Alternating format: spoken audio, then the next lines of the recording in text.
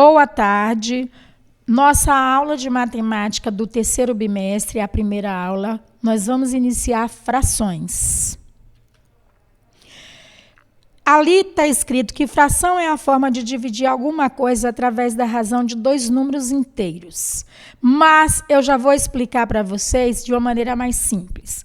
A fração é quando você pega um inteiro e divide, é uma divisão. Por exemplo, você compra uma pizza. Geralmente, a pizza inteira ela é dividida em 8 pedaços. Cada pedaço da pizza toda, que são 8 pedaços de pizzas igual a uma pizza inteira. Então, 8 oitavos corresponde a um inteiro, ou seja, uma pizza inteira. Então, cada 1/8 é uma parte da pizza. Ou seja, uma parte da fração. Como representar uma fração? A fração pode ser representada através da escrita de números ou na forma de visual, ou seja, através de um desenho. Quando nós falamos uma pizza, você visualiza a pizza inteira. Então, a pizza inteira, um inteiro, é aquele disco de pizza dividido naquelas 8 partes que vocês estão vendo. Vocês podem colocar um inteiro, as 8 partes, ou então 8 oitavos. Essa representação escrita aí de fração, onde temos o A fica em cima, não é? Na fração recebe o nome de numerador. A parte de baixo, que é o B ali, recebe o nome de denominador.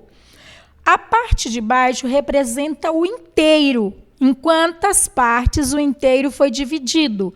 E a parte de cima, que é o numerador, representa quantas partes foram tiradas.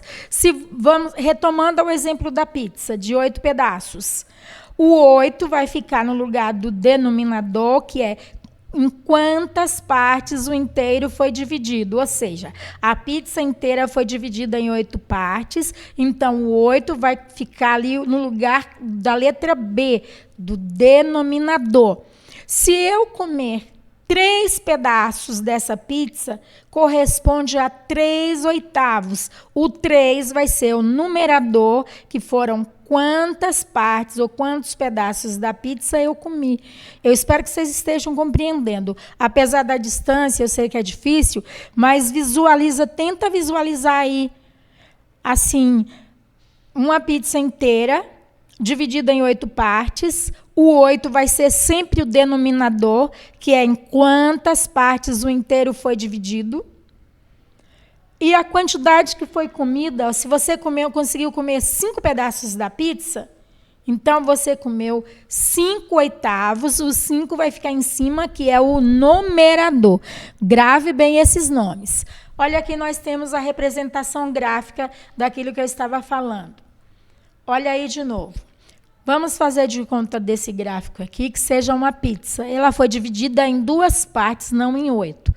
Cada parte dessa pizza representa um meio. Um meio por quê? Porque a pizza inteira foi dividida em 2 partes. Então, um meio mais um meio forma um inteiro, ou seja, a pizza inteira. É o todo, completa. Agora nós temos aqui, a pizza dividida em 4 partes e vocês comeram 3 partes dessa pizza. Então, a pizza foi dividida em 4 pedaços, 4 quartos ou inteiro, e vocês comeram 3 quartos da pizza. Então, comeram 3 pedaços de 4, sobrou só 1 quarto. Se eu fizesse a pergunta dessa pizza aí, quantos pedaços de pizza sobrou, né? Sobraram, eu vou falar sobrou porque vai sobrar só um, essa parte que não está pintada. A parte que não está pintada representa 1 quarto. A parte que foi consumida, 3 quartos. Entenderam? Olha aí embaixo, foi dividido em 4 quartos novamente. Comeu só 1/4 é o inverso da parte de cima. Comeu 1/4 e sobraram 3/4. Essa parte da fração aí, ó, aquilo que eu estava dizendo agora há pouco, vamos transformar numa pizza novamente e dividida em 8 partes, 8/8. Neste caso aí, só foi consumido uma fatia da pizza, que corresponde a 1/8. Nesse segundo exemplo embaixo, nós temos aí 5/8. A pizza continuou sendo dividida em 8 pedaços e foram consumidos 5/8.